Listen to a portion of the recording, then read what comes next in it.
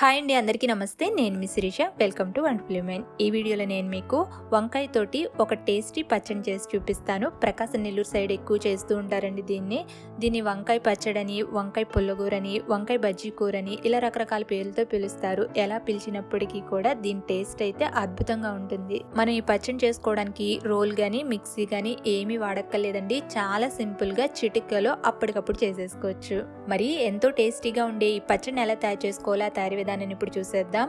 ఈ పచ్చడి చేయడానికి నేను ఇక్కడ 200 గ్రాములు వంకాయలు తీసుకున్నానండి. నేను నీలం వంకాయలు తీసుకున్నాను. ఏ వంకాయ అయినా బాగుంటుంది దీనికి. ఇవి పెరట్లో చెట్టుకి కాసినవండి. చాలా లేతగా ఉన్నాయి, వెన్నలా ఉడికిపోతున్నాయి. ఈ వంకాయలన్నింటినీ కూడా ముక్కలుగా కట్ చేసేసుకుని ఉప్పు నీళ్ళలోకి తీసేసుకోండి. కలర్ మారకుండా, చేదు రాకుండా ఉంటాయి. ఈ విధంగా వంకాయలన్నింటినీ కట్ చేసేసుకుని ముక్కలుగా ఇలా ఉప్పు నీళ్ళలోకి తీసేసుకుని ఉంచుకోండి. అలాగే తర్వాత పచ్చళ్ళు యాడ్ చేసుకోవడానికి కావాల్సిన వాటిని అన్నింటినీ కూడా ముందుగానే ఇలా రెడీ చేసేసుకుని ఉంచుకోండి. పెద్ద టొమాటోని కట్ చేసుకుని తీసుకోండి. చిన్న ఉల్లిపాయను కూడా ఇలా కట్ చేసుకుని తీసుకోండి. కొంచెం కొత్తిమీర తరుగు, మీరు తినే కారానికి తగ్గట్టుగా పచ్చిమిర్చిని, అలాగే చిన్న ఉసిరికాయ అంత చింతపండును కూడా నానబెట్టుకుని ఉంచుకోండి.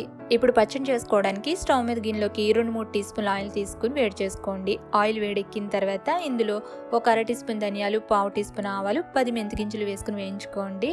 వీటిని తప్పనిసరిగా వేసుకోండి, టేస్ట్ బాగుంటుంది. ఇవి కొద్దిగా వేగిన తర్వాత మీరు తినే కారానికి తగ్గట్టుగా పచ్చిమిర్చిని కట్ చేసుకుని వేసుకోండి. ఆ తర్వాత కట్ చేసుకుని ఉంచుకున్న వంకాయ ముక్కలు మొత్తాన్ని వేసేసుకోండి. తర్వాత కట్ చేసుకున్న టమాటా ముక్కలు, కట్ చేసుకున్న ఉల్లిపాయ ముక్కలు, కొంచెం కొత్తిమీర తరుగు, అలాగే నానబెట్టుకుని ఉంచుకున్న చింతపండు మొత్తాన్ని వేసేసుకోండి. తర్వాత 1/4 టీ స్పూన్ పసుపు, రుచికి సరిపడ ఉప్పు కూడా వేసుకుని వీటిని అన్నిటినీ బాగా కలిపేసుకోండి. అన్నిటినీ మనం ఇలా ఒకేసారి వేసేసుకోవచ్చు. ఇందులో ఒకసారి అంతా బాగా కలిపేసుకున్న తర్వాత దీంట్లో చిన్న టీ గ్లాస్ వాటర్ని యాడ్ చేసుకోండి. ఎక్కువ వేసుకోవద్దు వాటర్. ఇలా వాటర్ని యాడ్ చేసుకుని మూత పెట్టి ఈ ముక్కల్ని మగ్గించుకోండి. మధ్య మధ్యలో మూత తీసి చెక్ చేసుకుంటూ వీటిని ఉడికించుకోండి. ఈ విధంగా వంకాయ, టమాటా అంతా కూడా మెత్తగా ఉడికిపోయి నీళ్ళంతా దగ్గర పడేంత వరకు ఇలా ఉడికించుకున్న తర్వాత ఇంకా స్టవ్ ఆఫ్ చేసేసి దీన్ని పక్కకు తీసేసుకుని ఇప్పుడు మనం దీన్ని రోల్ కానీ మిక్సీ కానీ ఏమీ వాడక్కర్లేదు. పప్పు గుత్తి ఉంటుంది కదా, దాంతోనే దీన్ని అంతా కూడా మెత్తగా మెదిపేసుకోండి. ఇలా దీన్ని మెదుపుకునేటప్పుడే ఒక 2-3 పచ్చి వెల్లుల్లి రెబ్బలను కూడా వేసుకుని మెదుపుకోండి. ఫ్లేవర్ బాగుంటుంది. ఈ విధంగా దీన్ని మీరు బాగా మెత్తగా అయినా మెదిపేసుకోవచ్చు, లేదంటే అక్కడక్కడ ముక్కలు ఉండాలంటే ముక్కలు ఉండేటట్లయినా మెదుపుకోవచ్చు. ఇలా మీకు నచ్చినట్టుగా దీన్ని మెదిపేసుకున్న తర్వాత మీరు కావాలంటే దీనికి తాలింపు కూడా పెట్టుకోకర్లేదండి, డైరెక్ట్గా ఇలా తినేయచ్చు. కానీ దీనికి తాలింపు పెడితే ఇంకా బాగుంటుంది టేస్ట్. సో తాలింపు వేయించుకోవడానికి స్టవ్ మీద ప్యాన్లోకి 1 టేబుల్ స్పూన్ ఆయిల్ వేడి చేసుకుని ఆయిల్ వేడెక్కిన తర్వాత తాలింపు గింజలు వేసుకుని వేయించుకోవాలి. నేను ఇక్కడ ఇందాక ఆవాల్ని ఫస్ట్ యాడ్ చేశాను కాబట్టి ఆవాల్ని యాడ్ చేయకుండా పచ్చిశనగపప్పు, మినపప్పు, జీలకర్ర మాత్రమే వేయించుతున్నాను. ఇవి కొద్దిగా వేగిన తర్వాత 2 వెల్లుల్లి రెబ్బల్ని తలగొట్టుకుని వేసుకోండి. ఆ తర్వాత ఒక కట్ చేసుకున్న ఎండుమిర్చి, అలాగే ఇందులో కొద్దిగా ఉల్లిపాయ ముక్కలు కూడా వేసుకోండి. ఆ తర్వాత కొంచెం కరివేపాకును కూడా వేసుకుని వేయించుకోండి. ఉల్లిపాయ ముక్కలు ఎక్కువ వేగితే బాగుండదు, కొద్దిగా వేగితే సరిపోతుంది.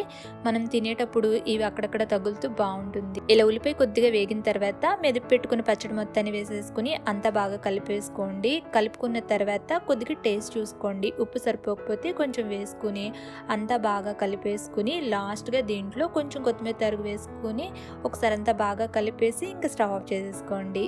ఇంతేనండి, ఇప్పుడు మనకి వంకాయ పచ్చడి రెడీ అయిపోయింది. ఇలా చాలా సింపుల్గా మనం ఈ వంకాయ పచ్చడి చేసేసుకోవచ్చు. నిమిషాల్లో రెడీ అయిపోతుందండి. పులుపులుగా, కారం కారంగా అప్పటికప్పుడు అన్నంలోకి ఏదైనా తినాలనిపిస్తే ఈ పచ్చడిని ట్రై చేయండి. మరి మీరు కనుక ఈ పచ్చడి చేస్తే మీకు ఎలా కుదిరిందో మీ అభిప్రాయాన్ని నాకు తెలియజేయగలరు. అలాగే మరి మీకు ఈ వీడియో నచ్చితే లైక్ చేసి, షేర్ చేసి మరిన్ని tasty recipes and interesting videos కోసం ఈ ఛానల్ని సబ్స్క్రైబ్ కూడా చేసుకోండి. అలాగే పక్కనే వచ్చిన బెల్ని ప్రెస్ చేయడం మాత్రం మర్చిపోకండి. Thank you for watching.